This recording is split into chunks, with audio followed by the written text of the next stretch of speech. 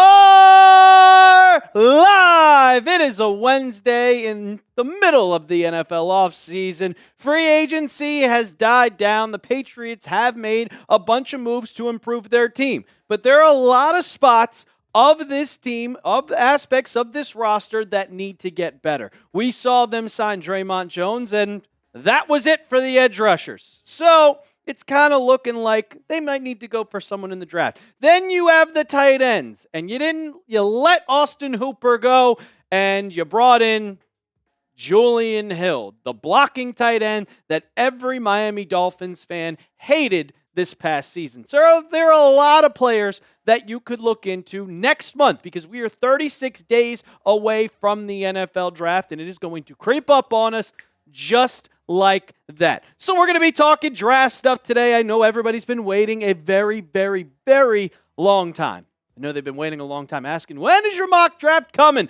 When are you going to do a mock draft? Well, we have the 31st pick in the NFL draft. So I was kind of like just delaying. Let's see what the Patriots get in free agency. Then we'll talk about it. So we're going to talk about it on today's show. It's a great one. But as we start every single show, as we always do, shout out your city for me. We got 50 people in the chat right now. Randall says, why don't we just sign Njoku already? Well, because I don't think they're going to. Secret JR Gaming, what's going on? I love you too, brother. OP Patriots. Kish says, let's go, Pats. Secret JR, your messages are not being removed, brother. I see them right here.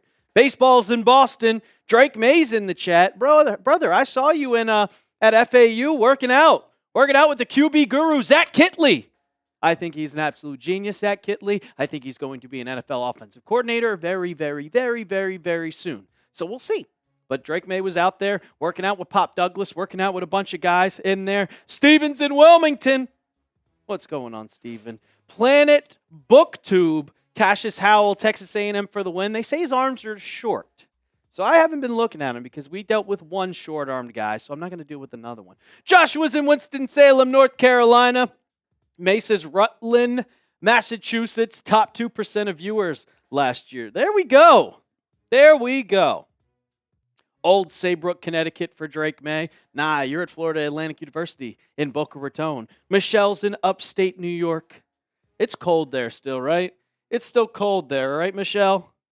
Because I don't want to deal with the cold anymore. It was 80 degrees on Sunday here in Dallas, Texas, and then out of nowhere, it dropped down to 30 degrees. And I'm not looking forward to that. I want it to be back up in the 80s, and it's 75 today. It's going to be 90 on Friday. Just getting ready for March Madness, so I'm ready for it. Charles Rogers in Front Royal, Virginia, and we got Brayton in Hawaii.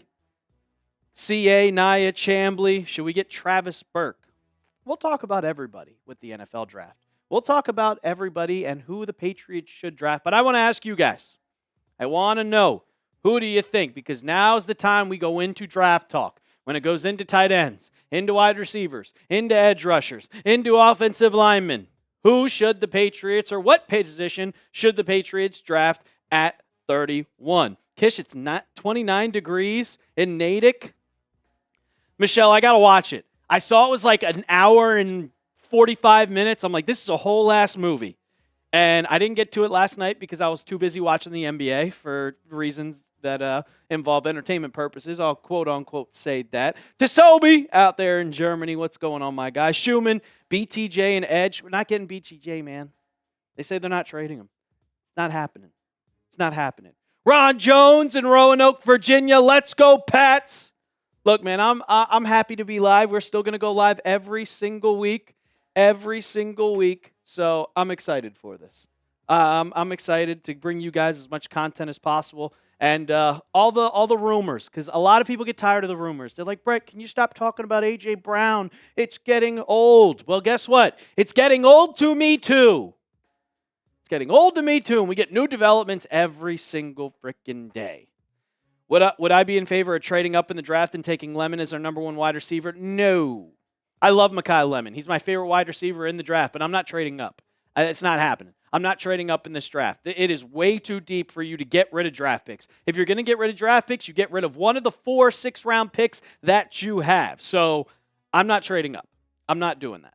I'm not doing that. Not at all. Maye, NFL 10. Let's go back to the bowl. We should trade for A.J. Brown post-June 1. Trade for A.J. Brown today, tomorrow, 2 days from now, a month from now, post-June 1, before the season. Just make it happen. I'm tired of it. I'm so tired of it. Ron Jones, what about next year's first-round pick and a pick from this year for A.J.? Yeah! Bring it to me. Bring it right now. Denzel Boston if wide receiver, T.J. Parker if edge. Drake Maye, you're going to like my mock draft, bro. You're going to really, really like my mock draft. We got 3 segments for you today. My first, Alper's mock draft 1.0.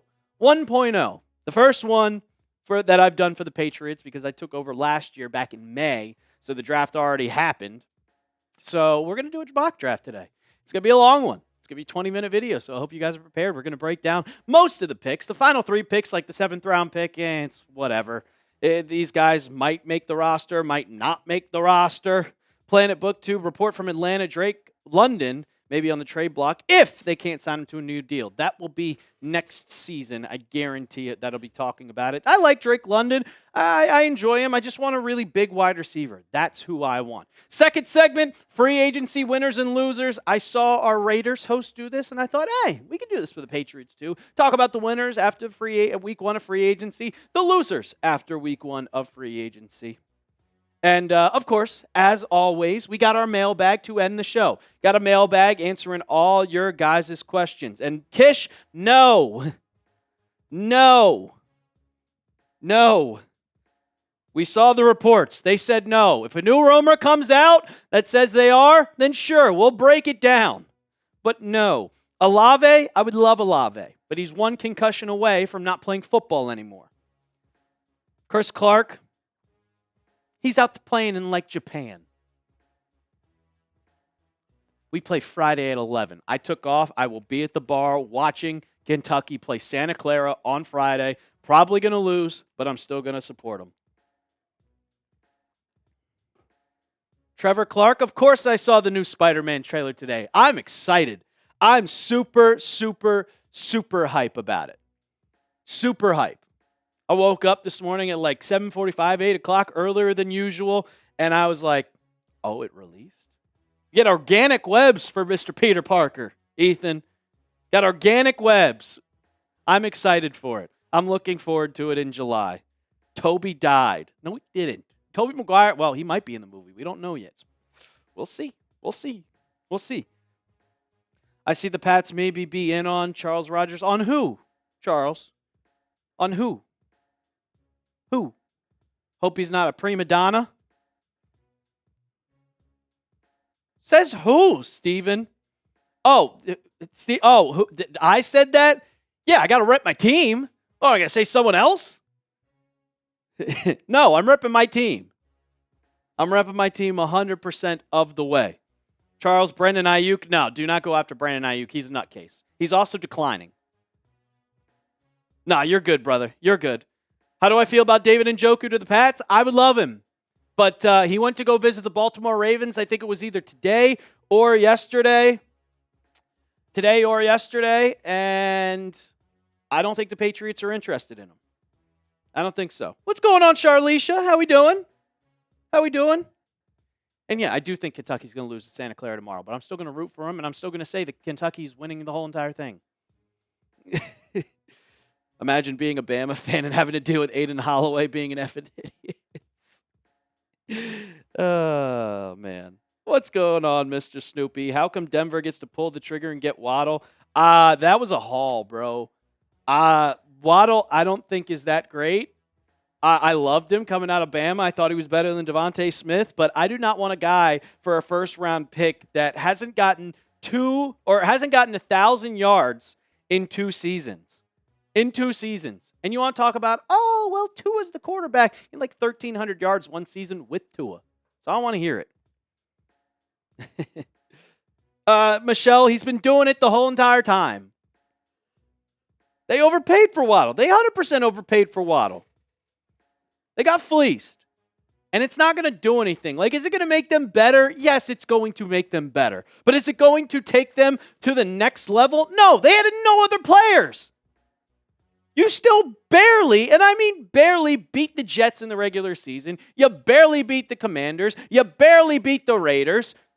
What is Waddle going to do with a check down Charlie like Bo Nix? Nothing. Absolutely nothing. Shout out to J-Rod coming in with a $5 super chat. In this draft, I love Jacoby. What's his name? Jacoby Lane. I think that's who he's talking about. He gives us that big body contested catch wide receiver, and Eric Gentry. He gives us the off Kyle Hamilton potential at linebacker. Well, Kyle Hamilton is a safety, but I wouldn't mind Jacoby Lane as long as you can, if he's available. I mean, 6'4", 200-pound wide receiver, 4 touchdowns, 49 catches. I have a different guy on my list than Jacoby Lane, and it's the Tennessee wide receiver, Chris Brazzell. I think he's going to be an absolute dog. Even though I hate Tennessee, Rocket Top sucks. I will talk trash on them for the rest of time.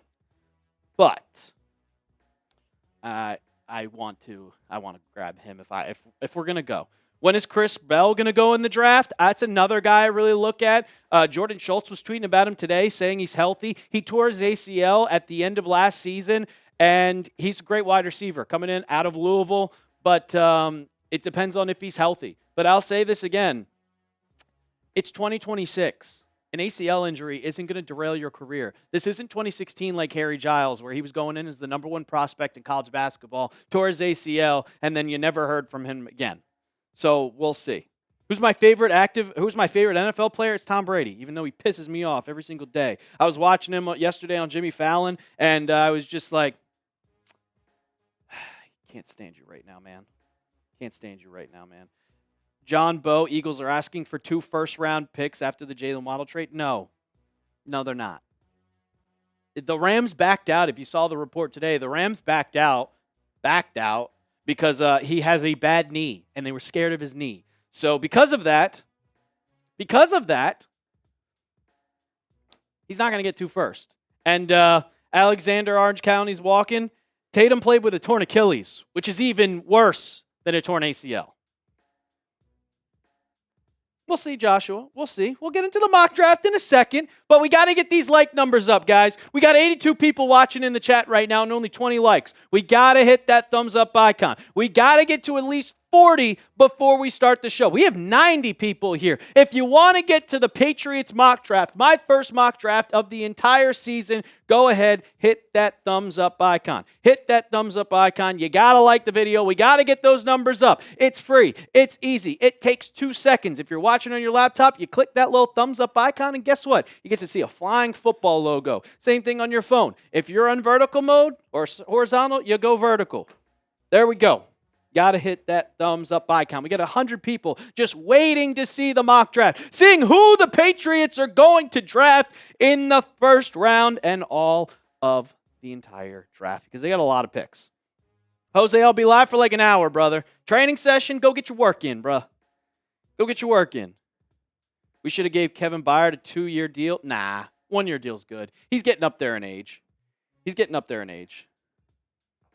Randall, who would I love to see the Pats trade for besides A.J. Brown? That's a good mailbag question. Use hashtag Patriots for the mailbag. Michelle's got that in. What is your confidence in our new additions? Oh, that'll be in the mailbag too. How do you feel about Cassius Howell? He's got short arms.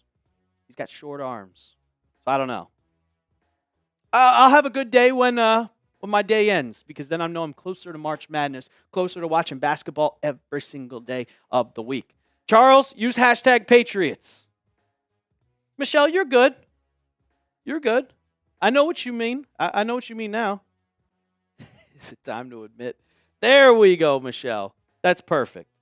We should not try to go for Max Crosby. No. Give me A.J. Brown. I do not want Max Crosby.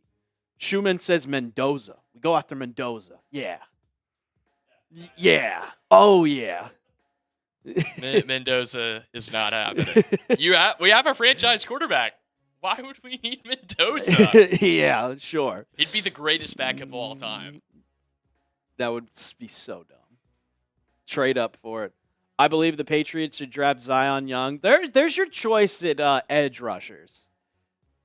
You can get Zion Young, Cassius Howell, Akeem Mesidor, which I think he might move up at this point. TJ Parker. I think Schumann's trolling. Don't talk trash to the guy. Don't be mean. Mario Yoshi. Mendoza screams average QB. Zion Young is good. Mr. Snoopy, shrink it. You can't put a space between the hashtag. Can't put a space between the hashtag. Hashtag Patriots. Mesidor be a great steal. I like Mesidor more than Zion Young. I like Zion Young. If we drafted him, I wouldn't be opposed. I wouldn't be mad. I still hope the Patriots just get rid of that 31st pick so we don't have to talk about it anymore, and then we get A.J. Brown on our team. So I'd be happy about that. All right, guys, we got to 44 likes. Keep asking your questions. Keep hitting that thumbs up icon. We got the mock draft to talk about. First time we're doing it this season. And Drake May, I love that question, especially because he's asking about Lan Larison. Lan Larison. There we go. Peace, Jose Cruz. We'll be here once you get back. Enjoy your training, my guy. All right, let's get into it, guys. Keep asking those questions for our mailbag.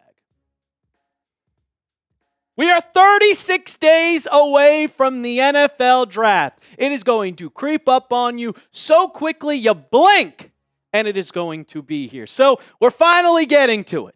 Our mock draft, the first one of the entire year. Welcome into Patriots Today by Chat Sports. I am your host, Brett Alper. The first one that I'm doing for this channel, because I started May 2025, and I joined after the Patriots had their draft. So let's first talk about the draft picks that the Pats have going into 2026, and they have a lot of them, a boatload. You got the 31st pick. Then you go to the round 2, 63, round 3, 95, round 4, 125. Thanks, Chicago, for that one, flopping that all around. 2 4th-round picks, 1 5th, and then you have 4 6th-round picks and a round 7th pick at 247. And I'll say this. With how the Patriots work and how they monitor things and just the amount of trades that they do every single draft, I really, really highly doubt that the Patriots keep all 4 6th-round picks. I really don't think that they are going to keep all those because you could use maybe 2 of them, maybe even 3 of them to move up into the 4th, 5th, or even possibly the 3rd round by getting rid of those. But on today's show, we're not going to do a mock draft with trades. And we can do multiple mock drafts because we have 36 days away. But if you guys want a mock draft with trades, I'll make a deal with you. We'll do a little trade here.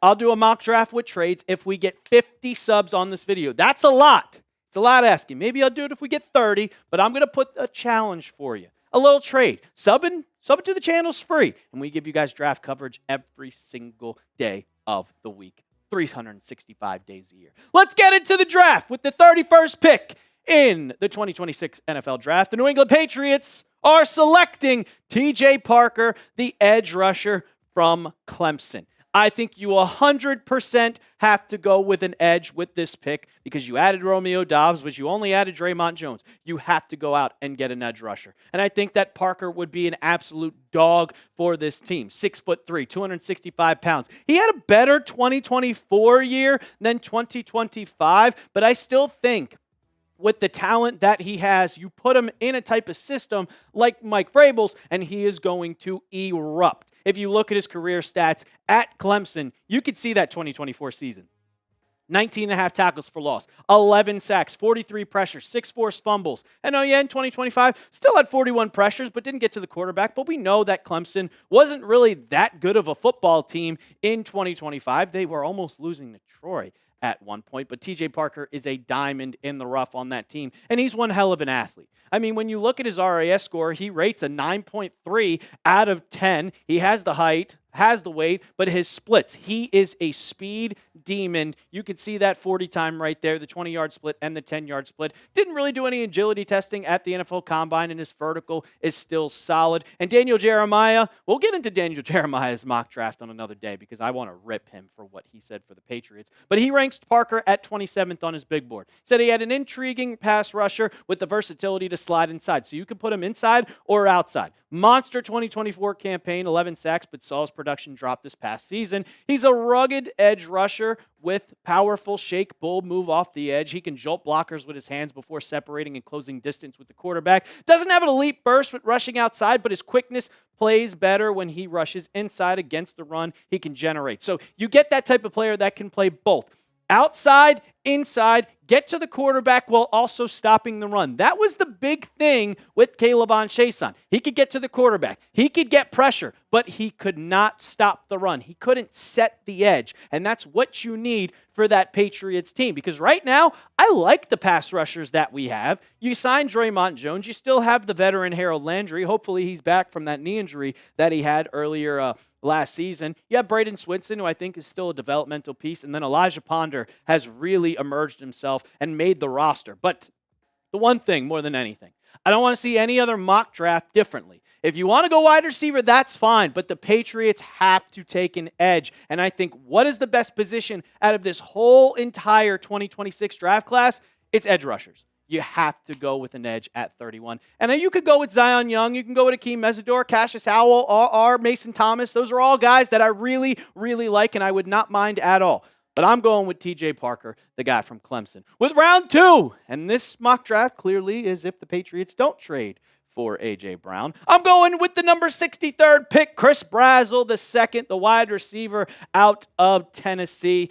And I think that he is going to be an absolute dog. Look, I'm not going to go with a guy like Casey Concepcion. I'm not going to go with a small wide receiver. I am going with, you see right here, 6'5", 200 pounds, and in 2025, this man, 62 receptions, 1,000 yards, and 9 touchdowns. And you see that long touchdown of 72 yards. When you look at his kind of talent, when you look at his years at Tennessee, he gets better and better and better. At Tulane, you're not playing power for football, but you got to Tennessee, you were fine, but then you got even better. In 25, 62 receptions, 1,000 yards, 16.4 yards per catch, 9 touchdowns. Good quarterback in Joey Aguilar, only 2 drops on the year, but the one thing that I look at more than anything is his deep ball threat. And when you look at the stats from 20-plus yard catches, he's awesome. 99 PFF grade when you're targeting him post 20 yards. His receptions in the year is 13 for 23. He had 6 touchdowns and 0 drops. And when Joey Aguilar was targeting him in 2026, he had a QB rating of 122.7. Who had the best deep ball QB rating in the NFL in 2025? That was Drake Maye. You pair him with a guy with great deep ball stats, there's your deep threat right there. So if you miss out on A.J. Brown, if you do not get him, there's your deep threat right there. You can go with him. You can go with also Chris Bell because I think he's going to fall the second round due to his knee injury, but I'm going with Chris Brazzell, and I hate to say that because I can't stand Tennessee, but I know talent when I see it. With the third round, pick number 93, I have the Patriots selecting tight end out of Ohio State, and that is Max Klare. And I think Max Klare is going to be a solid guy. You also have the guy from Georgia, which we'll talk about at a different time, but I think Max Klare is going to be a very solid tight end, blocking and receiving. Dane Brugler, the guy of the beast who makes pretty much the encyclopedia of draft prospects, has him at 54th. He said he's a good-looking athlete with the speed and urgency that suggests he has yet to play his best football. He needs improvement on his pacing and the subsidies of getting open, but his route movements are crisp and fluid. The foundation is there to be a servicer blocker too. So you get your guy who can go out and pass catch. You also get your guy that can block and a perfect person to also learn from Hunter Henry and stay behind. You see his last 3 seasons with Ohio State and also Purdue. With Ohio State, 43 catches, 448 yards, 10.4 yards per catch, 2 touchdowns, and only 2 blocks. And right now, Patriots need some tight end depth, man. I still don't understand the Julian Hill. You gave him 3 years, $18 million, $6 million a year. Hunter Henry's still there, but I don't think he's going to be here for much longer. This might be his last season. And then after that, C.J. Dupree, Jack Westover, Marshall Lang. You need some depth there, and you have to go with a tight end in the second or the third round. I know people like Eli Stowers, but I think Chris Brazzell is going to be there, hopefully at the 63rd spot. With round 4, pick number 125, I got Jaishawn Barham, the linebacker out of Michigan, with pick 125. I hope he's still there at pick 125. A lot of these, you can just kind of, you got to hope they're there. I think they're going to fall to the 4th round. I think they're going to fall for the 3rd round, but I think this guy is going to be an absolute dog, and the Patriots are looking for an off-ball linebacker. When you look at Barham's RAS score, he is an athlete. He doesn't really have, you could see right there, poor on the height and on the weight, 6'3", 248, not what you're truly looking for out of a linebacker or defensive end. You can play both off-ball and at the edge, but you look how fast he is, and you see his broad jump, the vertical. He's grading at a 9.7 or 8.71, which is pretty much why he's falling so far into the draft to later rounds in the 4th. But I think he would still be a perfect fit. 6'3", 243 pounds. I like to see him kind of. The problem that you have is maybe he can't drop back into coverage as much, but you need someone that is going to help. You're going to help Christian Ellis and also Robert Spillane. Just drew a blank there for a second. Don't know what was going on there. But I think that Barham would help him. If you look at his last 4 seasons at Michigan and at Maryland, 32 tackles, 66 tackles. He was playing mostly in linebacker spot in 2024. You can see more tackles, less sacks, pass breakups, but I need somebody who can play both. And right now, you do not have any depth at the linebacker spot. You have Spillane, you have Ellis, you signed KJ Britt, but he's mostly going to be your special teams guy. Marte Mapu, he might be fighting for his roster spot. Chad Muma, maybe, and then you also have Otis Reese coming over from Tennessee. He's just one of those Mike Vrabel guys, but you need someone that is going to be an elite 3rd guy.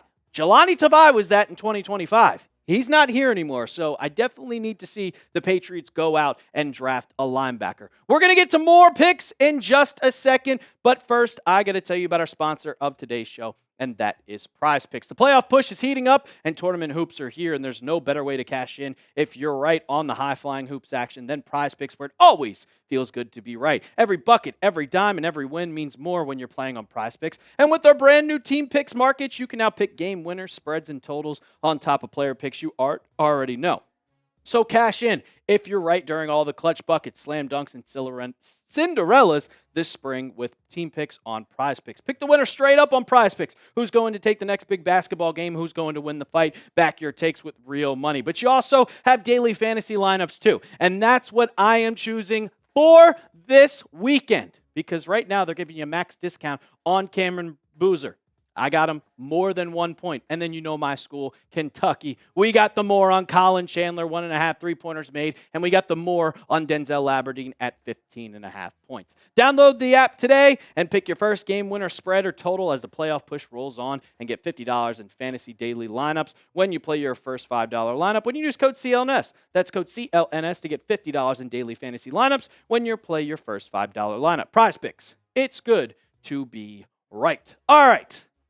We're finally going with a backup tackle with round 4, pick number 131 with Drew Shelton. And I'll say this. I think that the Patriots need to find someone that is going to back up either Will Campbell or Morgan Moses because you lost Vidarian Lowe. And Drew Shelton is that guy that is going to be that developmental piece. And you look at his PFF grades. He was very solid, 721 snaps. And look, they went through a lot of quarterbacks. They were going with Drew Aller at one point, and then he got hurt, and you went to, I can't remember the next guy's name, but he was not as great, and Drew Shelton was still being a solid tackle. Here's what Bleacher Report had to say about him. Drew Shelton is a lean, quick twitch tackle prospect who gets to his spots on time with pop in his hands and an effective snatch technique to steal leverage. However, the left tackle prospect struggles sustaining blocks and needs his footwork revamped to play with a more consistent base and posture, which indicates long-term development prospect. And that's the key word right there.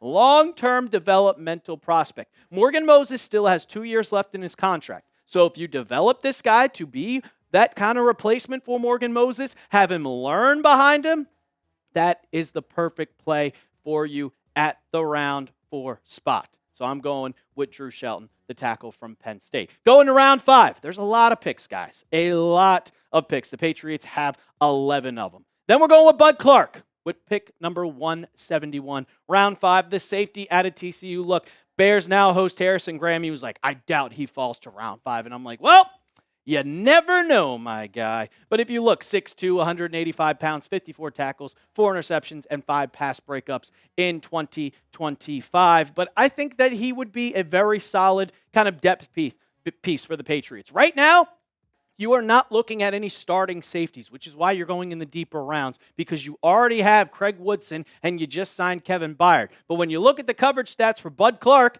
65.9% completion, 256 yards, 4 interceptions, 6 pass breakups. He's decent in coverage when they're targeting him. The QB rating is 75.9. But if this is another one, you have no backups on the Patriots at the moment. You got Craig Woodson and Kevin Byard, which are two solid, very great players. I think that they are going to be a best secondary. But after that, Delp, Mike Brown, Brendan Schooler, no, absolutely not. You got to find somebody in the draft, and I think that is going to be Bud Clark. Now we're on to the 6th-round picks, and I'm still going to go over some of these guys, and then I'm just going to name them for you, and you can go do your research otherwise. Barion Brown, one of my favorite wide receivers in the entire NFL draft. Because why? Well, he went to Kentucky and then transferred to LSU at pick number 191. Barion Brown, he was with Kentucky for 2 years and then said, well, Kentucky don't have a quarterback at all.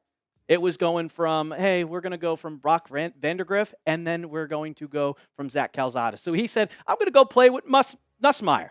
And I'll say this. He's an absolute speed demon. He is a possible kick returner. He was the leading catcher for LSU. He was one of the best pass catchers with Kentucky. And I think if the Patriots want someone, maybe that's 5'11", maybe that can get there, he would be the perfect guy. He's not going to be your number 1, number 2, or even number 3 wide receiver. But if the Patriots want a kick returner and a guy that possibly could be right next to Kyle Williams on developing, Barion Brown is your guy. Then we have Nick Barrett. I'm finally going with a defensive tackle because a lot of people are probably questioning it, and they're like,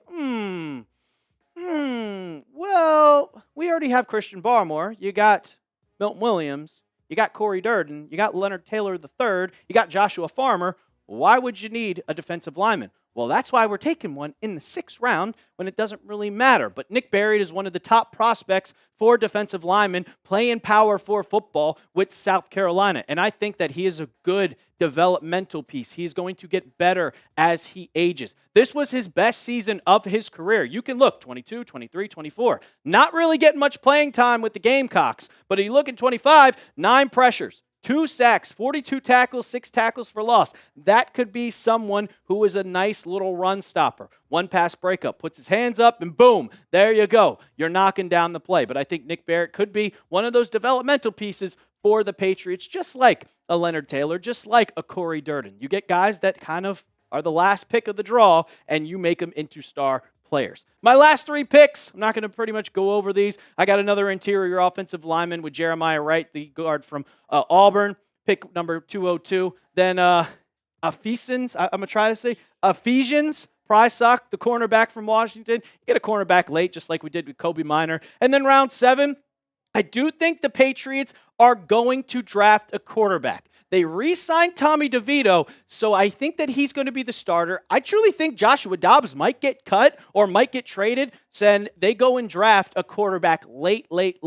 So why not go with a guy like Cade Klubnik, a household name if you watch college football. That's my mock draft. Here's all the picks. TJ Parker with round 1, Chris Brazzell with round 2, Max Klare 3, Jaishawn, Barham round 4, Drew Shelton also in round 4, Bud Clark, the safety, at round 5, I got Barion Brown, my guy, at round 6, 191. Nick Barrett at 198. Jeremiah Wright, Ephesians, Prysock. I'm terrible with names, man. At pick number 212, and then Cade Klubnik rounding it out at pick 247, round number 7. I'll say this. I don't think the Patriots, again, are keeping all 6-round picks. So this is going to change a lot. You are going to see a lot of changes late in that draft order. So we'll see. But right now, grade my mock draft. What do you guys think? Give me an A, B, C, D, or F down in the comments section. How did I do? And also, I also want to hear your mock draft. So go let me know down in the comments section too. And while you're down there, hit that sub button, guys.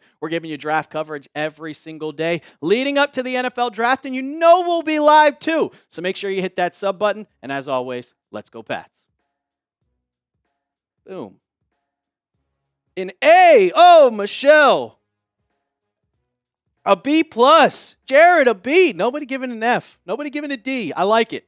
I tried to get as many people, as many players as the needs. I wasn't going out and be like, oh, yeah, we're going to get this guy. No, I want the Patriots to get better. The late rounds, I'm like, whatever. Would I want the Patriots to draft anybody from Kentucky? No, they really didn't have anybody. A lot of people are checking out their offensive linemen, but I don't think we really need them. We'll see Kenny Minchie. We don't need a quarterback, but I really like him going into next year. Dane Key going into the next season. We lost a lot of players. Like 2024 was our best class for defense, and our offense was really bad. This year, we were just bad. We were just really, really, really, really bad. Mr. Snoopy is hard, giving me a hard time. C-. I want to know your mock draft. Let me know in the comments, Mr. Snoopy, when we post this video later today. I really hope if the Patriots don't get A.J. Brown, they draft Chris Brazzell. I'm starting to become a fan of his. I was a fan of Kyle Williams, and I was wrong.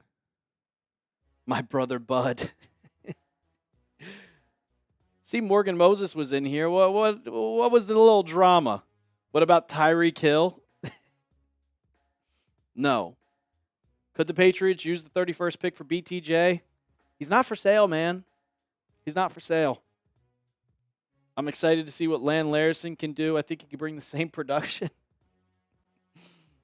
I think so. If Casey is Concepcion and Cassius Howell are both somehow available at 31, neither, May. Neither. I don't like Casey Concepcion. I don't like it. I don't like KC. He's too short. He's 5'11". Why would we want to go with another 5'11" guy? We have Kyle Williams, who runs 22 miles per hour. So no, I'm not going with him. And Cassius Howell, he's my last pick for edge. I'd rather have a Zion Young. I'd rather have a Akeem Mesidor. I'd rather have TJ Parker. What's going on, Morgan Moses? How we doing? What's up? Still got 74 people in the chat right now. Hit that thumbs up icon. And if you super chat to the show, we'll put you on our mailbag. You're first. And if you want to say your mock draft, go ahead and let me know. We'll get that up on the screen and we can react to it. Steven says, I like Chris Brazzell in the late second round. Well, we got a late second round pick. So hopefully. Planet BookTube, I gave this channel a B-. I know what the Patriots want. Karen Williams didn't do too bad this year. I think Kyron Williams did pretty good. He's the Rams running back, so or are you talking about Karen Williams? I'm not a college fan, so like doing a mock draft, it's like, oh, I got to look at these players I've never even looked up before. Like before today, I didn't know who Drew Shelton was. Alper, if you're not cultured, you can just say that. I'm not college football cultured at all. I watch Kentucky and I watch the college football playoff. Well, that's your problem. Like you shouldn't watch college football just for the playoff or respectfully a bad team. I'm a pro guy. I know. I'm a pro guy. We can draft 10 wide receivers. They will all fail. And Josh McDaniels' offense, you need a PhD to succeed. I was looking at the Patriots wide receivers drafted, and I was trying to find the last one that was drafted that's good besides Edelman because he wasn't even a wide receiver in college, and it took all the way until Deion Branch. Got Josh Boyce, Taylor Price, N'Keal Harry, Aaron Dobson, Mathael Johnson, Chad Jackson, Jeremy Ebert. They're all terrible. Morgan Moses, who is better in your opinion, JSN or Puka? JSN.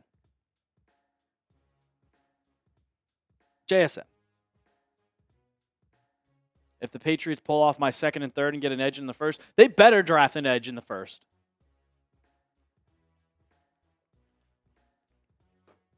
Joshua, I'm also from the East Coast, the Northeast, where no one gave two Fs about the NFL draft. Or not NFL. Well, that not really, but I didn't care about the NFL draft. I didn't care about the NFL draft, but college, we cared about pro. Like, why would we watch college football when we have NFL football? Well, with college football, you have the pageantry. You have I'm a the kid. tradition. I don't care about tradition. I care about football. Well, whenever have you been to a game at like a major college football stadium? Your Penn States, your Ohio States. Yes. You have. Yes. And you're still saying it's not worth it. I'm not watching sports for atmosphere.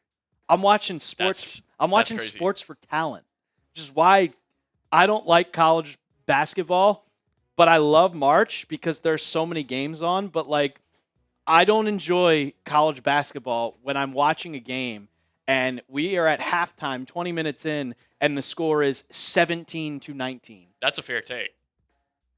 I also don't really enjoy college football. Or college basketball. College basketball. College basketball. Oh, we start tomorrow. Yeah, it should be fun tomorrow. Like, I've always been, because I mean, where I grew up, Penn State was popular, but we all know what happened with Penn State. Yeah. You got University of Delaware. That was an FCS school. It's now an FBS school. You have Maryland, University of Maryland, which, okay. Villanova, which is FCS. You have Rutgers. Yeah. No one bad. cares. Lowest win total in the Big Ten coming into this season. UMass, trash. BC, mid.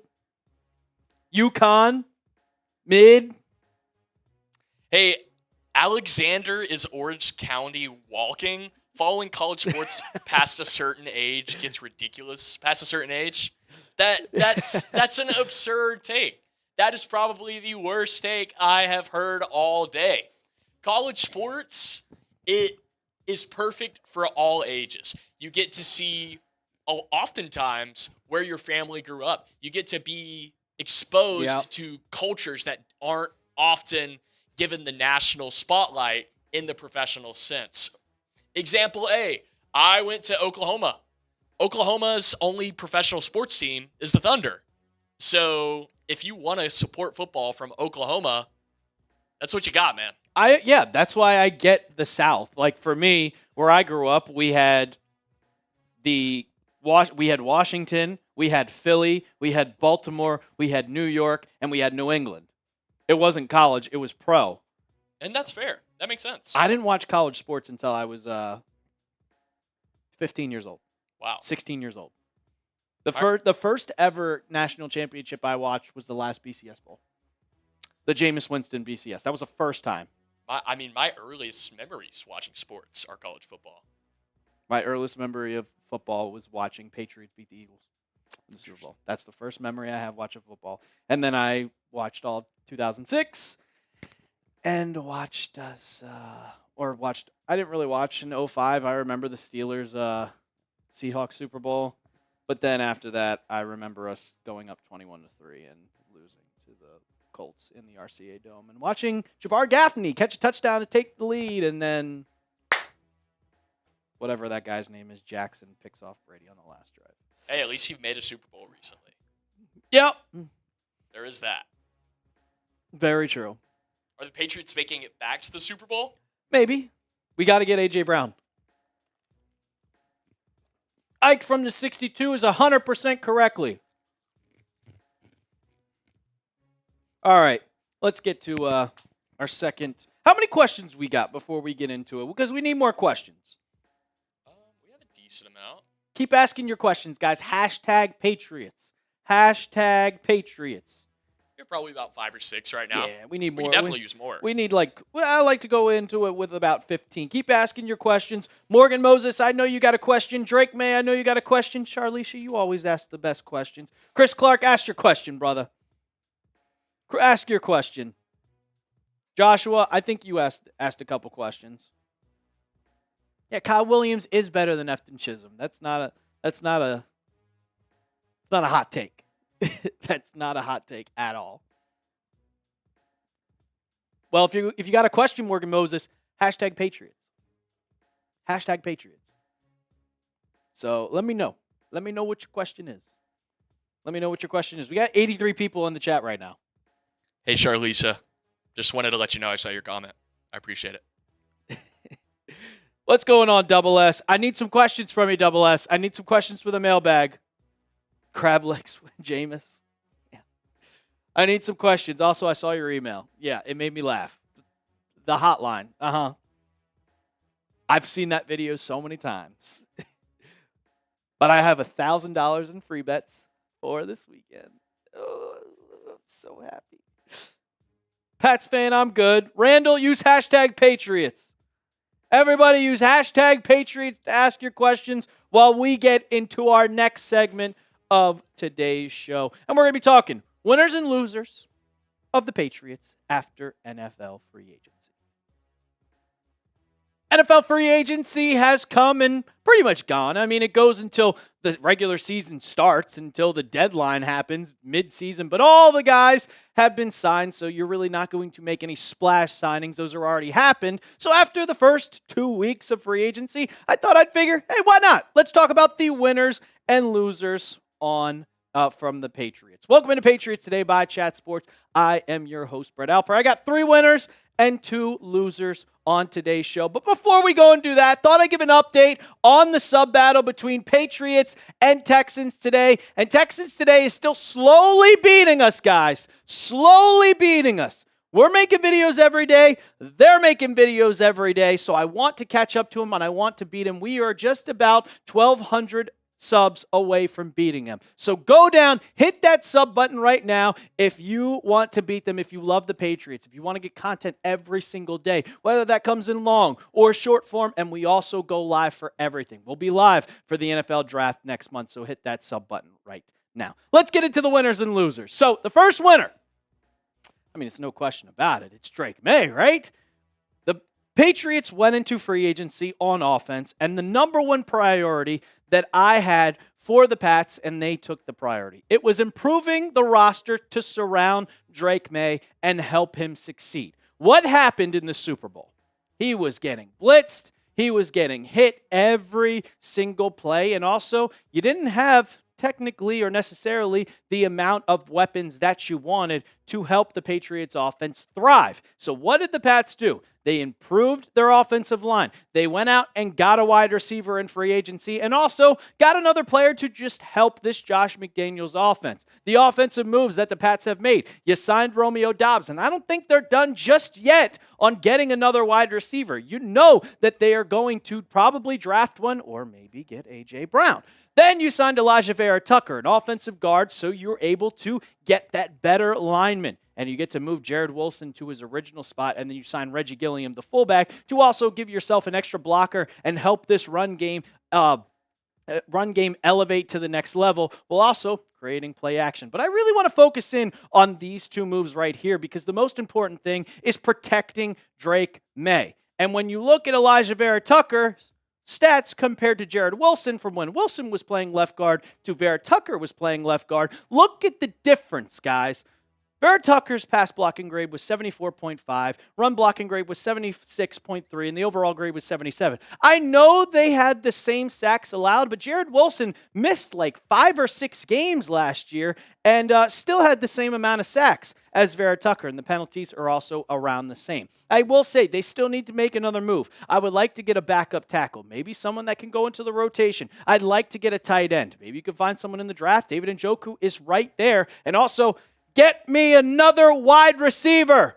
Please. Just do it. A.J. Brown's right there. Make the trade happen already, please. All right, getting to the next one. On to the defense. And the next guy I think is a big winner is just how much the Patriots really trust him, and that is Elijah Ponder, the edge rusher. We saw Elijah Ponder kind of emerge as one of these guys coming out of college as an undrafted free agent, and he really stood behind while playing the first half of the season, kind of on the practice squad, kind of just working his way, getting in a couple times. But then once the trade deadline passed, once you got rid of Keon White, he elevated his game. And now when you look at what the Patriots did in free agency, they didn't make a lot of moves.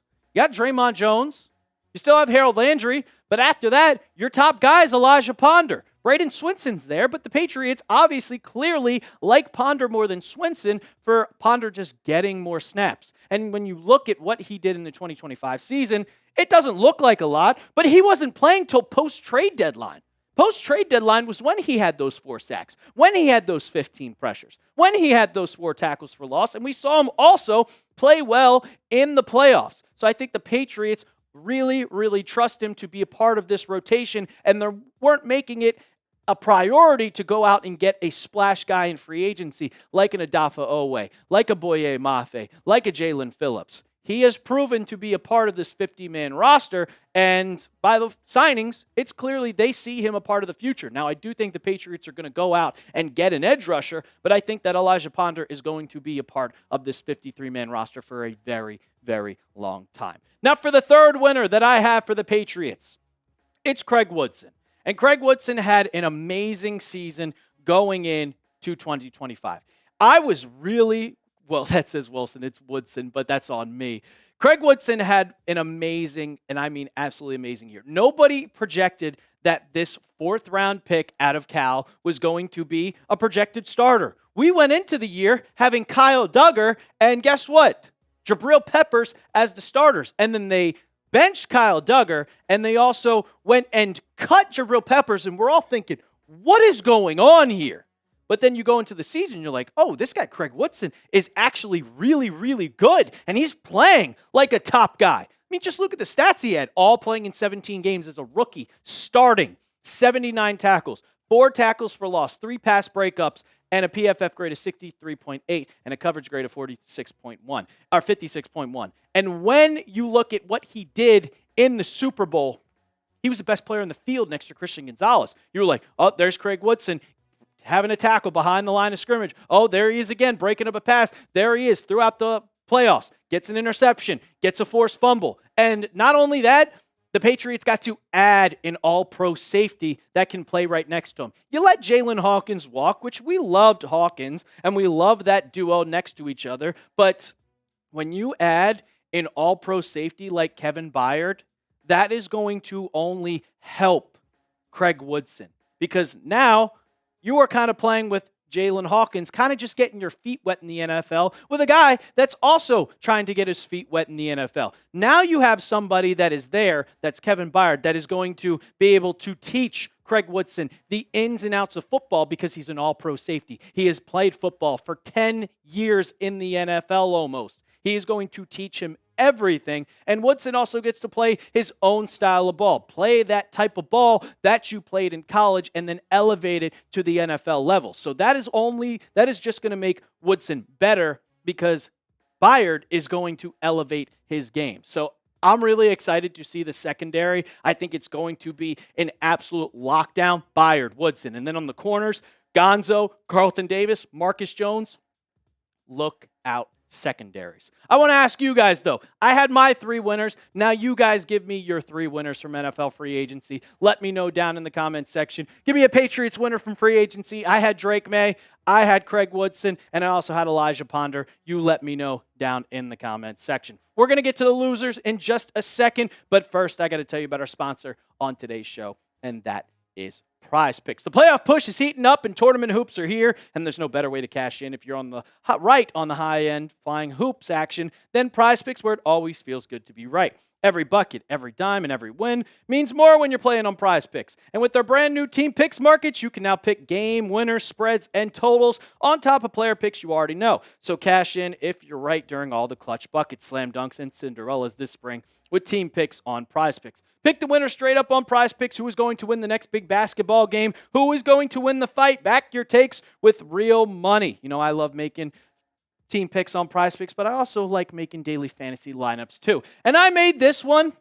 It's already passed. Well, as of this recording, it hasn't. But by the time you'll see this, it'll probably pass, so you can go check if it was right. I had the max discount. This one better be right. But then for the Kentucky game, on Friday, my alma mater, I had the more on Colin Chandler, 1.5 3-pointers, and I had the more on Denzel Aberdeen at 15.5. You can download the Prize Picks app today and pick your first game winner, spread, or total as the playoff push rolls on, and get $50 in daily fantasy lineups when you play your first $5 lineup when you use code CLNS. That's code CLNS to get $50 in daily fantasy lineups when you play your first $5 lineup. Prize Picks. It's good to be right. All right, now to the losers. And sorry, guys, or sorry, Jack Westover, but you are one of the biggest losers that are on this roster because he was a 53 guy. He played every single game in 2025. But in 2026, I don't even know if he's going to be on this roster come next year. The Patriots did give him the tender to make him on the roster and not become an undrafted free agent, pretty much giving him a chance to make the 53. But on the other hand, what position did he play last year? Fullback. What's his original position? Tight end, and we'll get into that in just a second. But the Patriots signed Reggie Gilliam, the guy from the Bills, and they signed him to a 3-year, $12 million contract where he is one of the best underrated fullbacks in football. He's going in. He is the number one guy at fullback. So Westover, the Patriots aren't going to keep 2 fullbacks on the roster. So Brock Lampy also is kind of rolled out of this. But then he could move back to his original spot at tight end.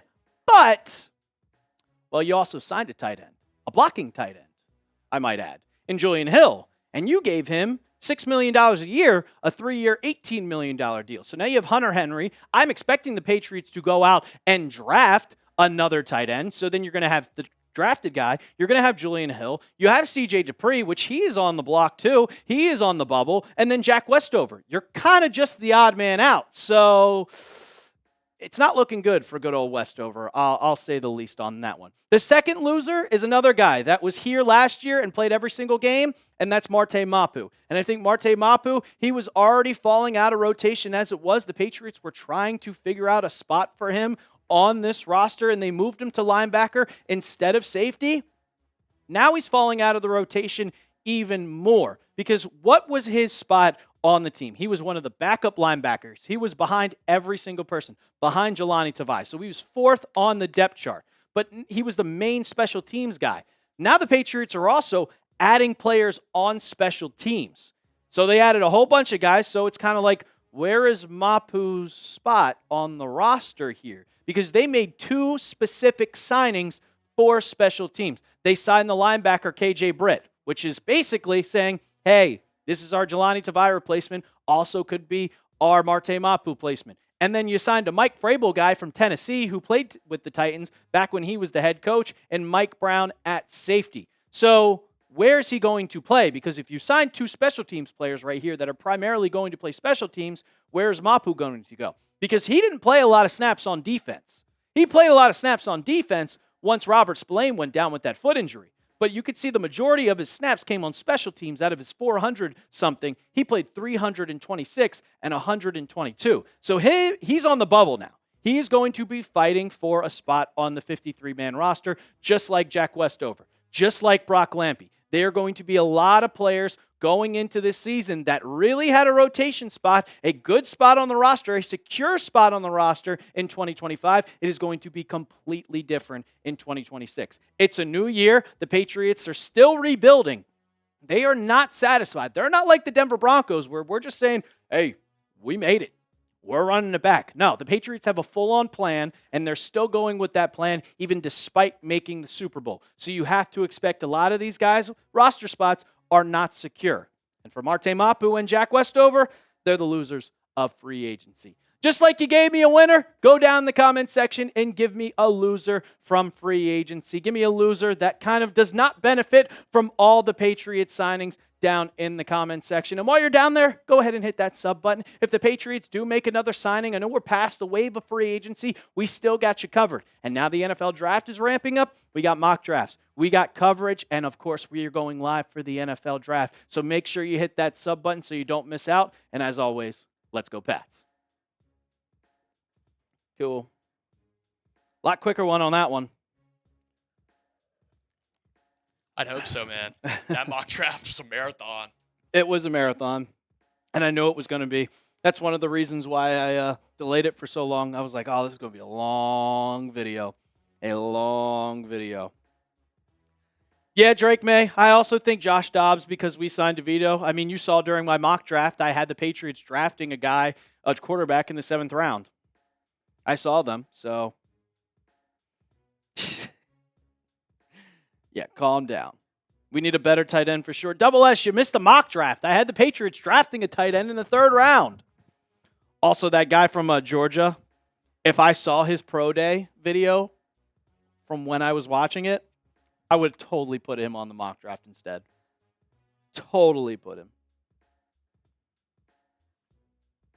Totally.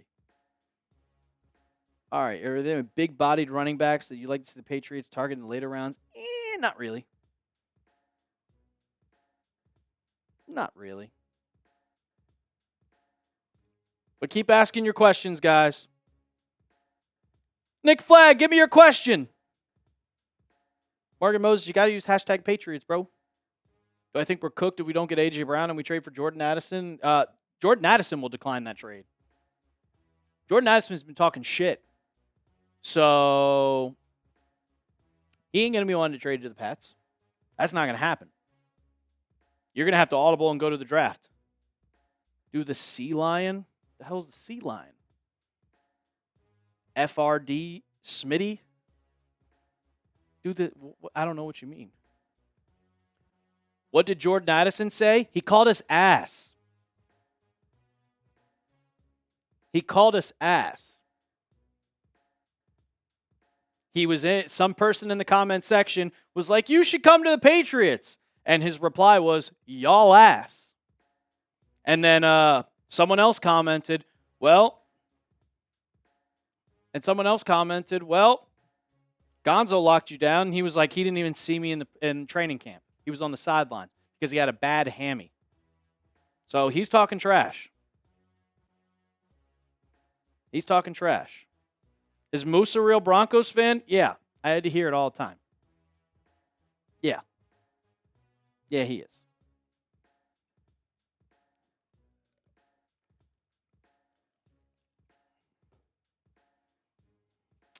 Last chance to ask your questions, guys. Get them in.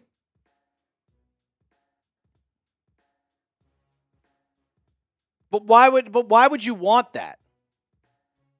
What is the Sea Lion trend?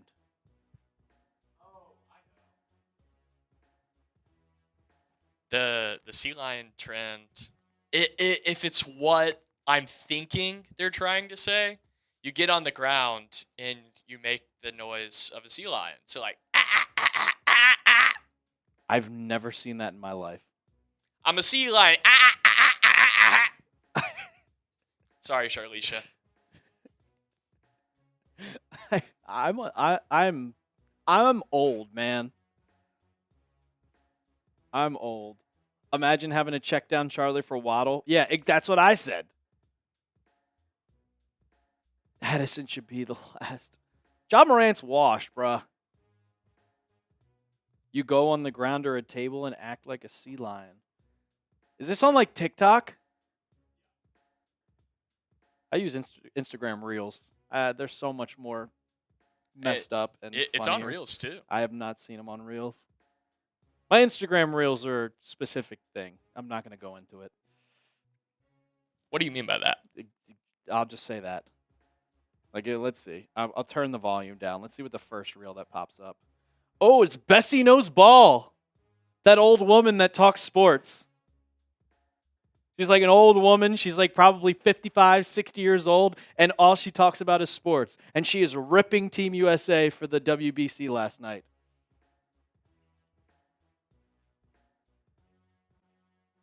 And that's the second reel. Yeah. Are you afraid of the Pistons? I'm afraid of Jalen Duren. Patriots draft Sadiq. Sadiq's not going to fall to him. Explain what you mean by that. Sports. That's what my feed is. Hashtag Patriots. Do you think Elijah Ponder could replace Harold Landry when Landry is off the team? That's a good question. Why are we so focused on wide receivers when the offensive line was by far the biggest need and investment? Just life. Why? Because not only was the offensive line bad, the receivers weren't getting any separation. Can they trade up for Sadiq? That's a good question. But no, I don't want the Patriots to trade up. Morgan Moses, yeah, I'm scared of Duren. Yeah, I am scared of Duren. I'm not scared of Cade Cunningham. No, I'm not scared of Cade. I'm scared of Duren. Duren is a behemoth of a center. He is a linebacker at 7 feet tall. A linebacker at 7 foot tall. He could play in the NFL. He is the most athletic player in the NBA. Judge sucks. West Philly gang, we do need him. We do need him. Judge is the most unclutch player ever. Everybody's talking about Aaron Judge, but nobody's talking about Kyle Schwarber. Yeah, you guys are good. Pistons are good. I'm a big Jalen Duren fan, especially after yesterday. Won me a ton of money. Ton of money. Sorry, Michelle. All right, how many questions we got? If we have 10, we can start. Double S, he is. He's very happy.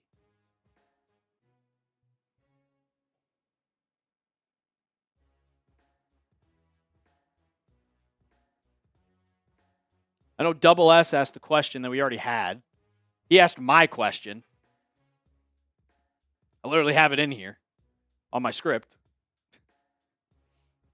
Drake May, then type your questions. If you have 3 of them. If you have your questions, type hashtag Patriots. I would love to answer them.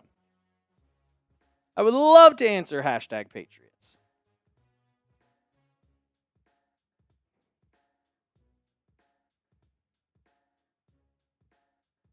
Sign Joey Bosa to a prove-it deal. Ike from the 62. Not Double S. Like, you being late has nothing to do with you already having your question. I have it here in my script, and I wrote this at 11 a.m. 8 questions. Let's get 2 more. We need 2 more questions, guys. Carlos, use hashtag Patriots and ask a question. Ike from the 62, use hashtag Patriots and ask that question. We need a couple more. I like to get these mailbags to like 12 to 13 minutes to ask everything that's going on. I have 2 questions here for myself. Michelle already asked one. Did the Patriots sign a long snapper? Yeah, we did. Yeah, we did. I forget who his name was. Patriots depth chart. Let me go look at this.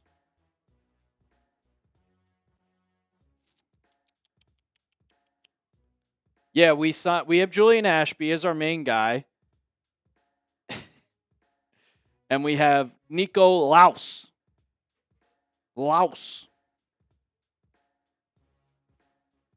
Sweaty boy. There we go. Get sweaty.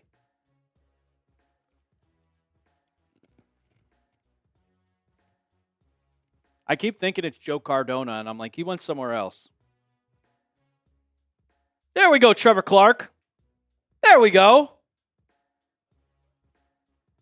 We got 70 people in the chat. I know a lot of people have that. Ike, you got to put a hashtag Patriots. I saw, was Ashby good? Yeah, he was fine. I mean, we didn't get a blocked punt the entire year, I don't think. Or a blocked field goal. I don't remember a blocked punt. If anybody can remind me. Maybe we had a 1 punt blocked? Yeah, we had 1. Morgan Moses, how are you going to get a buzz cut if you're already bald? I think that's the joke. I said if the Patriots, I said 2 deals. If the Patriots draft a defensive tackle in the first round, I will eat my shirt. Because I don't think it's happening. I will eat my shirt live on stream. You can clip that all you want. If the Patriots draft a defensive tackle with pick 31, I will eat my shirt. I can't believe that some person in the mock draft actually said we would draft Chat, someone. clip that. Clip that, chat.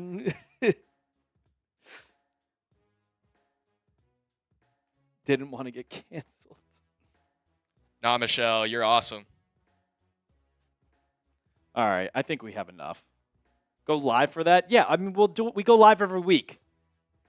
We'll do it during the draft. If they draft a defensive tackle, I will flip out. I will flip out. That's not true. I am not shaving my head. No chance in hell. I'll shave my beard and my crappy mustache. How many subs are we at? 47,400. I'd shave my head. If we had 50K by draft night. I would not. Not happening. You can put me down for it. That's the goal. 50K by draft night. What are we at right now? Did we get any subs this? We got 2 subs this live. If you're not subbed already, what are you doing? If you're not subbed already, what are you doing? We go live every single week. We do live shows. We are live for the NFL draft. We're live for free agency. We make videos every single day. We get shorts coverage. We talk to the chat. Sub for Bald Jones. Yeah, if we get to 50K, I guess Ethan will shave his head. We can do it on stream. It doesn't matter. I have my razor. Let's do it. My Phillips Norelco. All right, I think we have enough. Ike from the 62, you can't put a space in between that. Why does everybody always mess that up? Like, I don't get it. Ike, that is a good question, though. Re-ask it.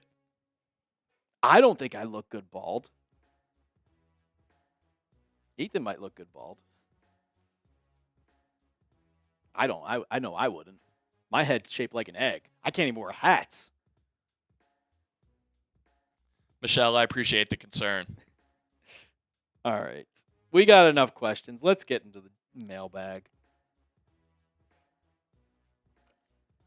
What did that super chat say? We'll start with that. Jacoby Lane. Let me talk about Jacoby Lane for a little bit.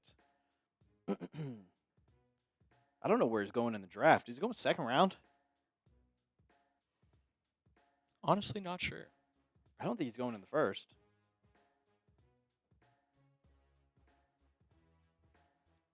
He's talking about 2 USC players. Someone's a USC fan. Someone's a USC fan. Alrighty. Please, Patch, draft a D tackle. You really want to see me eat my shirt? My shirt? Alrighty. I'm thinking of Mohawk. I had a Mohawk when I was in first grade. Did not do so well. All right, guys. If you want to keep asking your questions, go right ahead. Keep asking them. We're going to get into this mailbag, answering all your questions around the New England Patriots. Welcome into Patriots Today by Chat Sports. I am your host, Brett Alper, and as we do on every single live show, we give you guys a mailbag answering all your questions to Patriots fans from a Patriots fan himself. So before we get into it, I want to go to what our first super chat, because that's what we always do for our first couple of questions. Producer Ethan, if you could get that up on screen. It was from J-Rod, and I know that J-Rod had a good question, and we're in free agency. We're in the NFL draft. We are getting going, and we'll go into it. And do you want to restart? Yeah. No, you're good. Oh, hold on. That's why. Because that was deleted. That's on me. I'll get that going. 2 minutes of questions. We'll restart, guys. No big deal. Guys, get to see how the sausage gets made. Yep. A little behind the scenes. What's going on, Mike, Nintendo Master? What's going on, Mike? Draft a guard? No. Draft a tackle. Draft a tackle. All right, let's restart this. No big deal. All right, let's get actually into it. There we go, Ike from the 62. You got it right, my guy. Let's go. All right, we're starting this bad boy. Welcome into Patriots Today by Chat Sports. I am your host, Brett Alper. And as we do every single live show, we give you guys a mailbag answering all your Patriots questions. We went through free agency, and now we're on to the NFL draft. So it's best to give all Patriots fans answering all Patriots fan questions from a Patriots fan himself. We'll start off with the super chat that we got on our live show from Mr. J. Rod coming in with a 5 in the draft. I love Jacoby Lane. He gives us that big body contested catch wide receiver. And Eric Gentry, he gives off Kyle Hamilton potential at linebacker. What do you think? As Moose is in here while we're doing a mailbag, because he is happy that Waddle is, but I know you're happy, but I don't care. Not getting 1,000 yards in 2 back-to-back seasons. He can come in after. But Eric Gentry, I mean, you're right. He's a huge body going in, 6'6", 225 pounds. Linebacker, the Patriots need one. They need some depth at the linebacker position because right now you have just Robert Spillane and you have Christian Ellis. And you signed KJ Britt to be that kind of special teams guy. But you cut Jelani Tavai. So you need someone. He could be some guy that you find in the later rounds. And then apparently J-Rod is a big USC fan because Jacoby Lane, 6'4", 200 pounds, 49 catches as a wide receiver, 745 yards, 4 touchdowns. I wouldn't mind that guy, but I keep saying over and over and over that I want the Patriots to draft a big wide receiver, some guy that can go up there and catch it at its highest point. So if you can get him in the later rounds, that's fine. I'd be okay with that too. But appreciate your $5 super chat, J-Rod. Randall345, who would you love to see the Pats trade for at wide receiver besides A.J. Brown? I mean, everybody's going to say Brian Thomas Jr., Brian Thomas Jr., Brian Thomas Jr., huh? I'm not about it, man. I like Brian Thomas Jr., but he's not available. He is not there for the taking. So we got to stop talking about it. Jordan Addison's there. You could go for him. There's not that many wide receivers on the market. That's why everybody is going, specifically talking Patriots A.J. Brown, because there's no one else that fits the roster like he does. If not, you just go into the draft. Just get one at the draft. But A.J. Brown's the only guy on my big board that I'm going after. Only guy. Thanks for your question, Randall. Spob. What are the Patriots doing at the tight end position? That's a very, very good question, my guy. My guy, Spob. And the question is, what is the Patriots doing? What are the Patriots doing with the tight end position? Because right now, it's not looking good. It's not looking good at all. You have Hunter Henry as your tight end 1. He's been here for I don't know how many years, since 2021. But then you signed Julian Hill as your tight end 2, which I really don't understand. You gave him $18 million for 3 years. You have C.J. Dupree and Jack Westover as your 2 backups, but this cannot be the tight end room right now. And when you look at Julian Hill, he's still a very young guy, and he's got the tangibles to be a tight end, 6'4", 251, but the statistics aren't there for this guy to be the number 2, the perfect number 2 tight end. We signed him specifically to be a run blocker. Because when you look at his 2025 stats, that's really all he does. 15 catches. He's not going out and catching passes like Austin Hooper was. He's not going out there and mossing people like he was back when we saw Austin Hooper do that against the Tennessee Titans. 53 overall grade. The pass blocking grade's really good, and the run blocking grade's really good. That's what the Patriots wanted to get, and that's fine.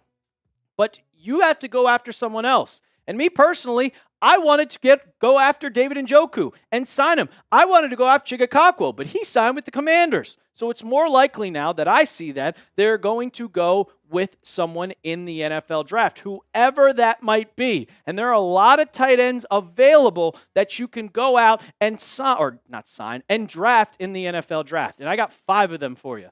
We can roll out Kenyon Sadiq.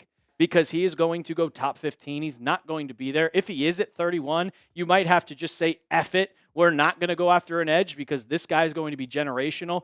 Eli Stowers could be there. I really like Stowers, but he really doesn't have that blocking capability. Max Klare, I talked about him in my mock draft from earlier this week. And then Oscar Delp, he had an amazing pro day. He is going to jump big boards like crazy. Joe Royer, I don't really know much about him, but I listed him as a possible guy that they could draft in the draft going into April. Where should the Patriots get a tight end? Let me know down in the comments section, guys. I want to know. Give it a D for draft or give it an FA for free agency. What do you guys think? Because I wanted them to go after David Njoku. It's not happening. So it looks like we're going after the NFL draft. Let me know what you guys think. We're going to get to more of your guys' questions in just a second. But first, we got to talk about our sponsor of today's show, and that is PrizePicks. The playoff push is heating up, and tournament hoops are here, and there's no better way to cash in. If you're right on the high-flying hoops action, then PrizePicks, where it always feels good to be right. Every bucket, every dime, and every win means more when you're playing on PrizePicks. And with their brand new Team Picks market, you can now pick game winners, spreads, and totals on top of player picks you already know. So cash in if you're right during all the clutch buckets, slam dunks, and Cinderellas this spring with Team Picks on PrizePicks. Pick the winner straight up on PrizePicks. Who's going to win the next big basketball game? Who's going to win the fight? Back your takes with real money. You know, I love making team picks on PrizePicks, but I also love making fantasy lineups too. And I had a fantasy lineup from this weekend that you guys could have taken advantage of, and you could take advantage when they next have a max discount. Over the weekend, they had Cameron Boozer, not Carlos Boozer, that's his dad, have more points, just one. And also, my alma mater, I had Colin Chandler, the more on 1.5 3-pointers, and also the more on Denzel Aberdeen at 15.5 points. You could download the PrizePicks app today and pick your first game winner, spread, or total as the playoff push rolls on and get $50 in daily fantasy lineups when you play your first $5 lineup when you use code CLNS. That's code CLNS to get $50 in daily fantasy lineups when you play your first $5 lineup. PrizePicks, it's good to be right. Charlicia! What's going on, girl? How we doing? What do you think about the new players and how many games will we win in road and home games? I love the signings. I know they weren't a lot, but I love the Romeo Doubs signing. I absolutely love the Elijah Vera Tucker. Kevin Byard is an amazing signing for the Patriots. I also like Reggie Gilliam. I think the Patriots are going to go back into that old school route of bringing in a fullback, but I think they need to make another move. I want the Pats to go out and get another wide receiver. I want them to go get a tight end. But how many games will we win on the home and the road? The home schedule is very easy. So I think that they could probably win maybe 7 to 8.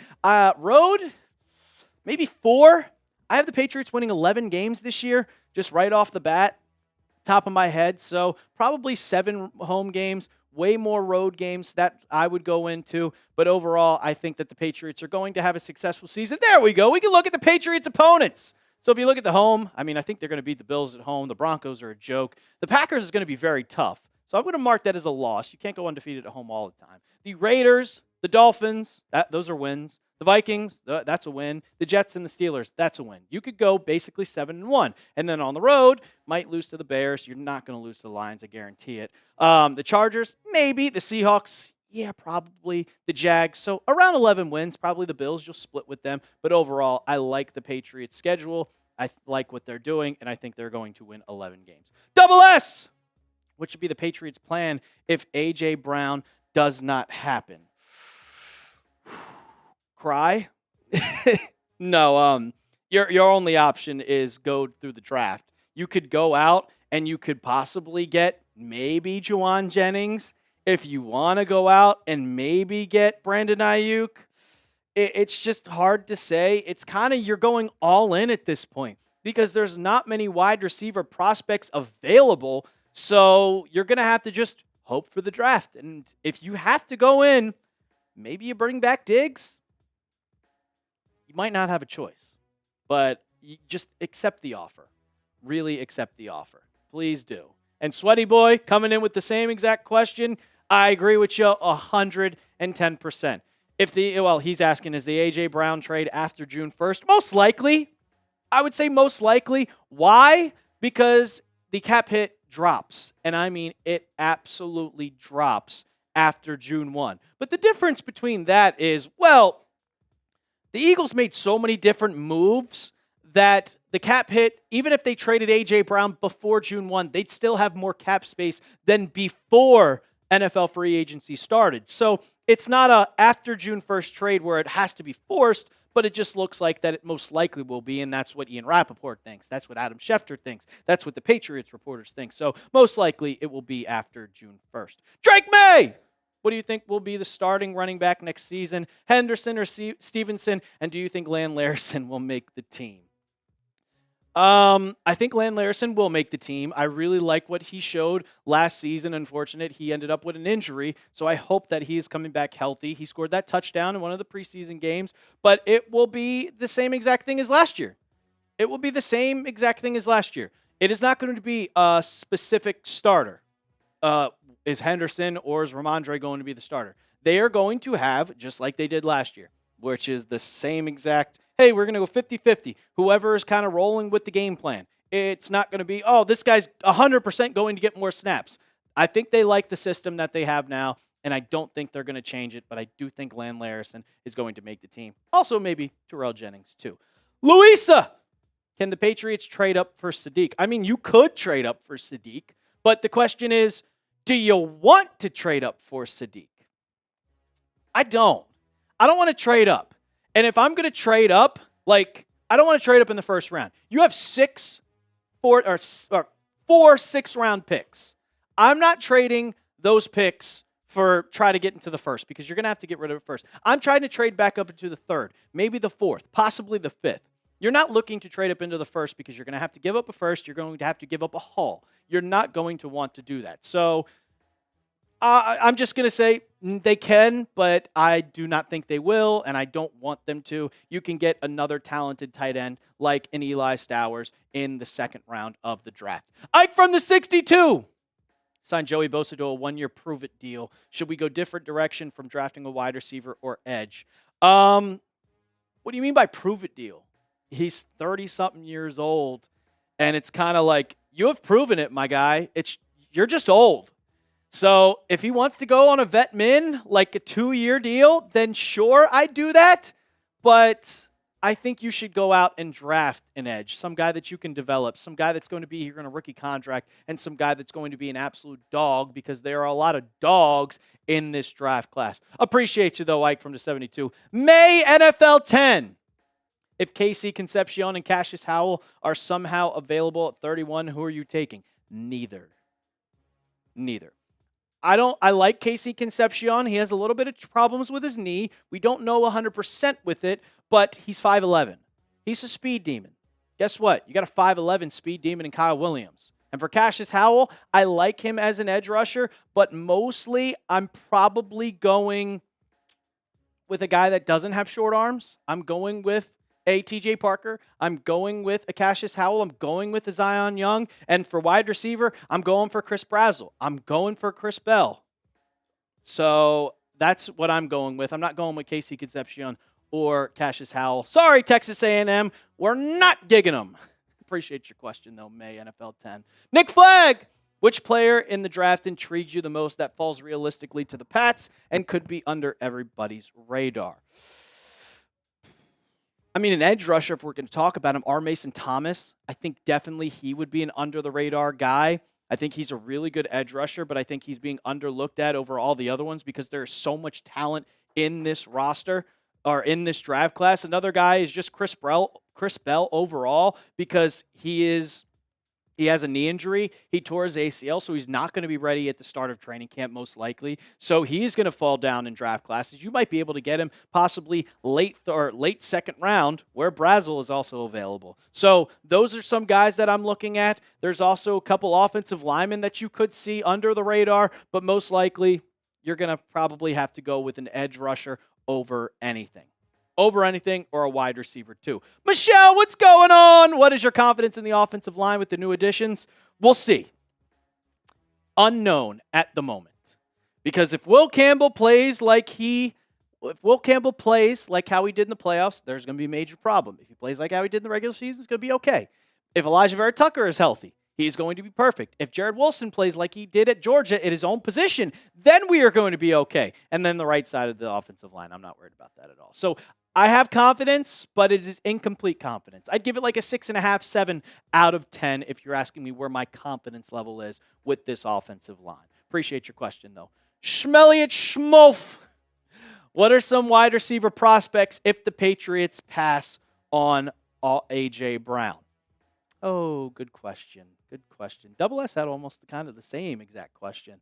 There is a lot of wide receivers available. I'm not looking at any free agent, but I'm looking at a wide receiver that has the same exact size as A.J. Brown. And A.J. Brown is a big dude. So I want a guy that is also going to be a big dude, that can catch the ball at the highest point, that has a high catch radius, that has that skill of, guess what? Catching contested catches. And there's one guy I'm looking at, and I took him in my mock draft, but if you guys didn't see, it's Chris Brazzell from the University of Tennessee. And guess what? I hate the University of Tennessee. I hate Rocky Top, but I know talent when I see it, and this guy is extremely talented. 62 catches, 1,000 yards receiving, 9 touchdowns. And also, you look at his career stats in college football, he's catching the ball at a long yards per catch, 16.4, 9 touchdowns, only 2 drops, 1,000 yards and 62 catches. You're getting him in the second round, possibly, and I think that he is going to be a deep threat for Drake Maye. When you look at just the stats, but guess what? The advanced stats, what we're looking at, some guy that you can throw the ball deep, that take the top off the defense. Guess who? That's Brazzell. When targeted, the PFF grade is 99. He had 23 targets deep, and 13 of them were going to be caught. 6 touchdowns, 0 drops. And when the QB targets him, 122.7. You have the best deep ball thrower in the NFL and one of the best deep ball catchers in college football. You pair them together, you get a good mix. And right now, the Patriots, they got to add another wide receiver. You have Romeo Doubs. You have Pop Douglas. Kayshon Boutte is right now your deep threat with Matt Collins and Kyle Williams, and then Efton Chisholm is right there at the slot. So you need to add a deep threat. And if you can't get A.J. Brown, there's your deep threat right there. Chris Brazzell going in and getting right started with a great wide receiver, and you have a great quarterback that is throwing him the ball. Are you drafting him? If we do not get A.J. Brown, are you drafting him probably at that number 63 spot? I'm not taking him 31st. I want an edge rusher with that first spot. But if he's available at 63, or maybe you can trade up in the second round, use some of those 6th-round draft picks. Use one of those 4th-round draft picks. Go up. Then would you draft him? Let me know down in the comment section. Give me a Y for yes, or give me an N for no. A good set of questions from everybody, as we always do. Don't forget, we go live every single week. So if you want to get on the mailbag, well, you better tune in. And you know how you tune in? Well, you hit that sub button right now to stay up to date with all your Patriots news and rumors. So do it right now. And now, as always, let's go Pats.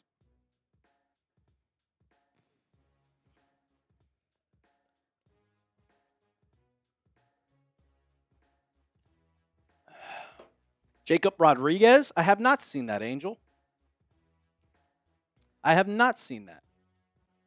I did not see that. Not one bit. Let's see. What are we looking up here? Jacob Rodriguez. A linebacker?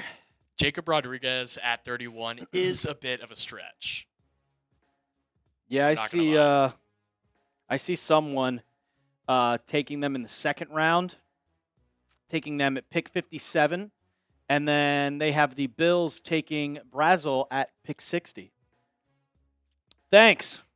The Bills screw the Patriots again. This mock draft has half of my players. This Bills mock draft. I'm looking right here. 57, Jacob Rodriguez. 60, Chris Brazzell. Oh, look, there's Barion Brown. I swear to God. Take all my players. They better not take all my players. Oh, Drake Maye retweeted my tweet. Thanks, sir. Thank you, man. No, that can't happen. That cannot happen, Michelle. Denzel Boston is also another good option. We didn't talk about Boston. We did not talk about Boston, but I do think he's another good option with the Bell, with a Brazzell. He's like your he's like the 3 wide receivers that I'm targeting. If we don't get A.J. Brown. Joe Weather, that'd be pretty cool too. No, he didn't. It was a fake Drake Maye, Michelle. That Drake Maye had 5 followers. 5 followers. What's up, Paper Waves? Kyle Lewis better than Rodriguez. We need a linebacker.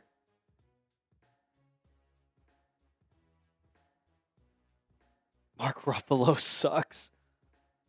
Morgan Moses, I'm not even going to give that question attention.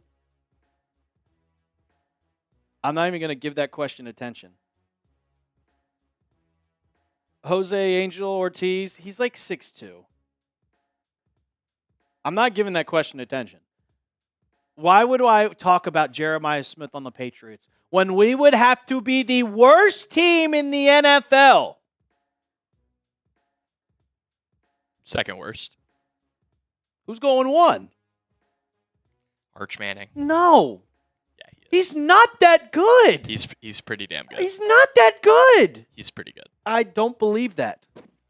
Watch his late season tape. I did. I hate watch. You don't think he's good? I think he's good. Do I think he's number 1 pick good? No. I think hate is blinding you. Exactly. Chris Clark says, don't believe the hype. Well, I think he'd be a top 10 pick. Well, I think he'll be a top 10 pick. Do I think he's going to be number 1? No. Would it be Jeremiah Smith then? Yeah. I think he's going to be clearly the number 1 pick. Not Dante Moore. Nah. I think Dante Moore is better than Arch. I think Jeremiah Smith is one of the best players coming out of college in a long time. Oh, he's amazing. He's insane. It's more of a positional thing. I agree. He will probably be the best player. Like, let's say, like for example, the Titans were the worst team in 24. Why the Titans? No, but just wait. In 24, they were the worst team. In 25, they were still bad. Mm-hmm. And they had an opportunity from the last week to get the number 1 pick. And then they beat, I can't remember who it was. So they didn't get the first pick. So let's say a team like the Raiders gets the first pick again next year. Oh, yeah. Well, duh, they would take Jeremiah Smith because they have Fernando Mendoza.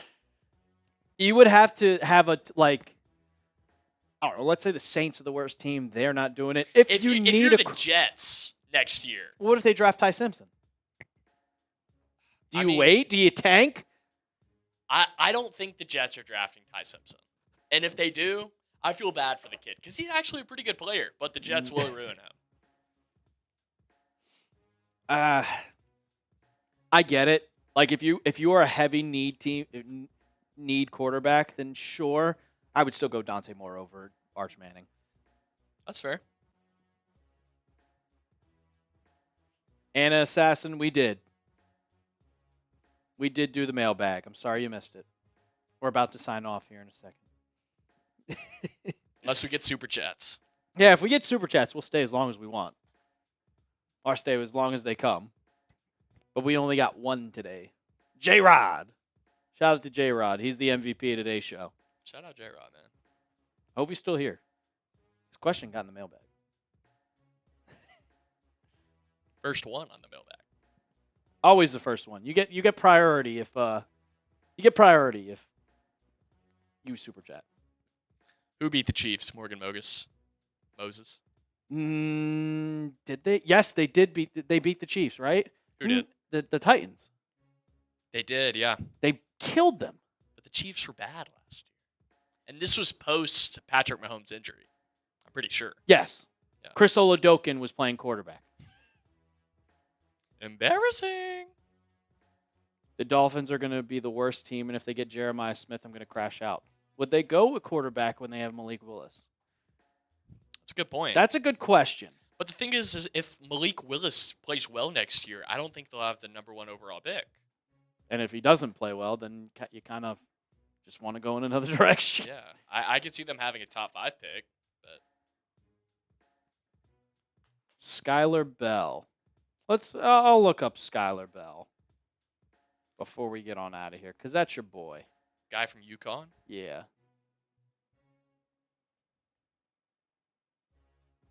Six foot? From the Bronx? The Bronx. Damn. We got a bacon, egg, and cheese. Damn, 101 catches, 1,278 yards, 13 touchdowns, and an L to Delaware. Hey, we got a super chat. There we go. Chris Clark coming in. Morgan Moses, I'll see you, brother. Thanks for tuning in. Me too, Steven. I was hoping they would. And we get the 1 seed. But guess what? 1 seed didn't matter because we still made the Super Bowl. Shout out to Chris Clark. I don't know if I should bet UNC tomorrow. We'll see. We'll see. I might. But you guys are missing your best player.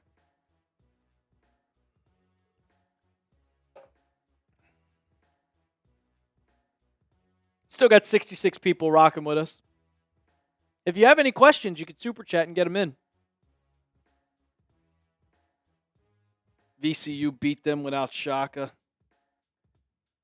Thoughts on Luke Maye? Come on, Michelle. I have to relive that every single March. Shout out to Chris Clark.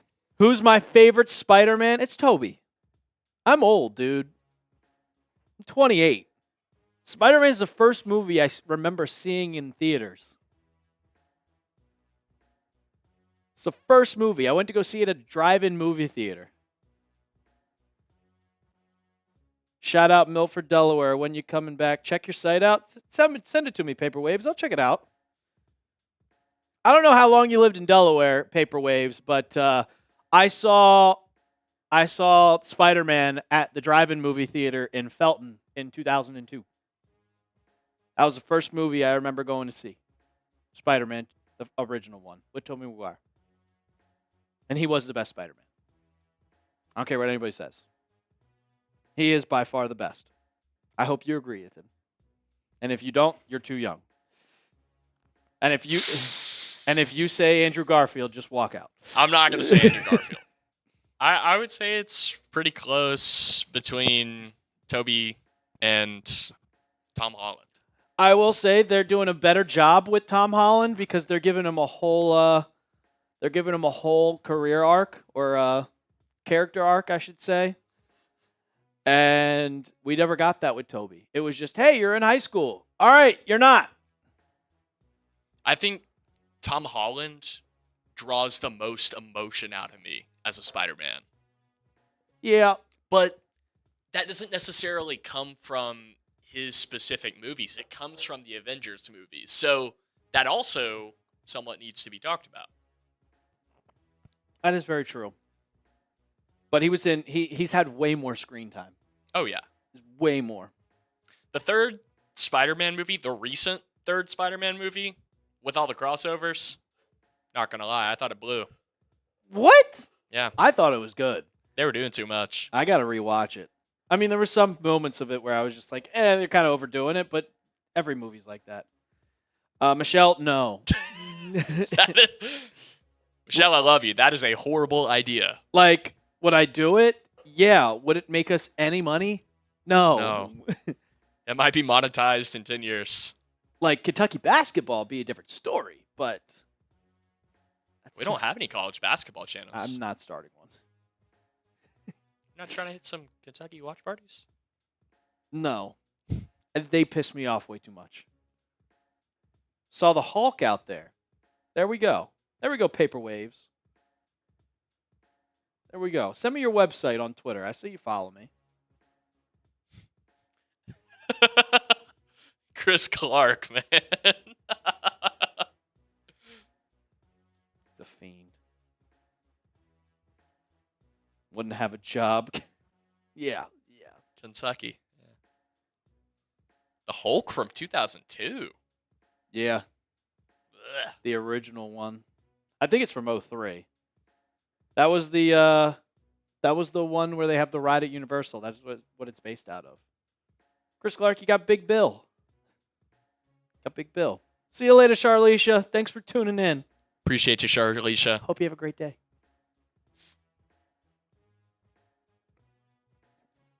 I'm not a Batman fan.